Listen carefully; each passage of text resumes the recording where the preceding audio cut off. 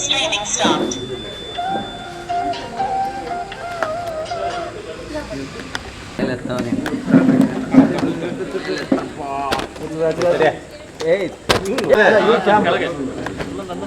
ಕೊಡ್ತೀನಿ ಬಿಡ್ರಿ.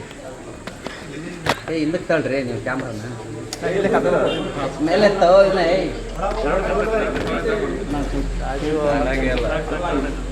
ಮೊಬೈಲ್ ತೆಗಿಲ ಕೈ ಆಫೀಸೇ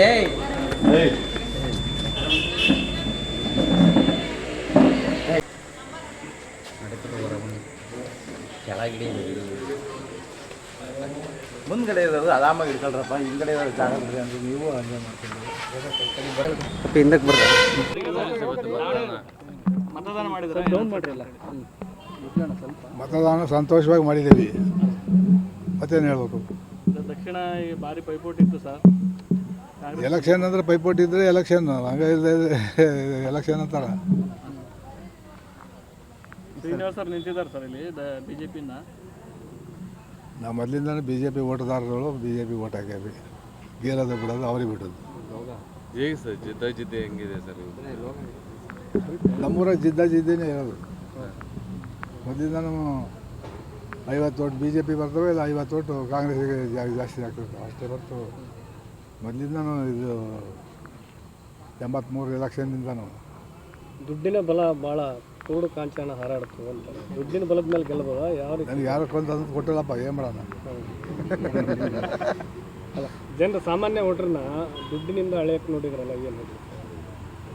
ಎರಡು ಪಾರ್ಟಿಯವ್ರು ಅದೇ ಮಾಡ್ತಾ ತಗ ಇದನ್ನ ಸರ್ ಬಿಜೆಪಿ ಇವತ್ತು ಓಟ್ ಬೇಕಂದ್ರೆ ಅನ್ಸ್ಬೇಕಪ್ಪ. ಸರ್, ಈ ಬಾರಿ ಏನು ಬದಲಾವಣೆ ಗಾಳಿ ಬೀಸ್ಬೋದಾ, ಹೇಗೆ ಸರ್?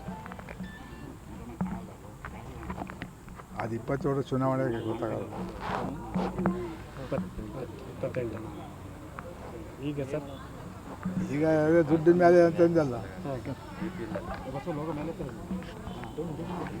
ಭಾರಿ ಪೈಪೋಟಿ ಇತ್ತು ಸರ್ ಎಲೆಕ್ಷನ್.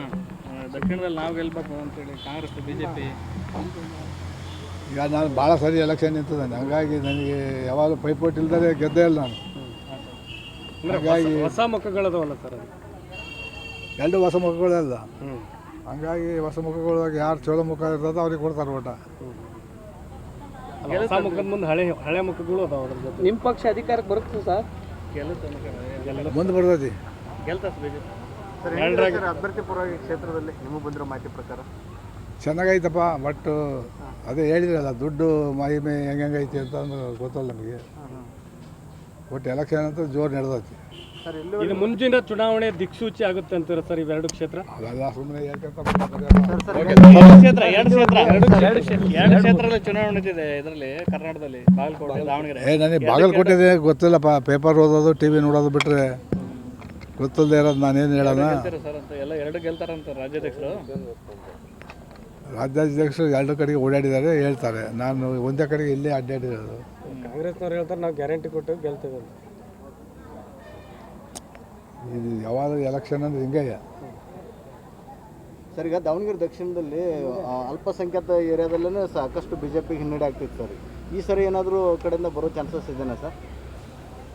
ಅವು BJP ಬರೋದಲ್ಲ, ಕಾಂಗ್ರೆಸ್ ಒಕ್ಕವೇ ಎಲ್ಲ ಗೊತ್ತಿಲ್ಲ. ಈ ಬರೀ ಸರ್ ದಕ್ಷಿಣ ಗೆಲ್ತೀರಿ ಸರ್ BJP? ಗೆಲ್ಬೇಕು ಅಂತ ಪ್ರಯತ್ನ.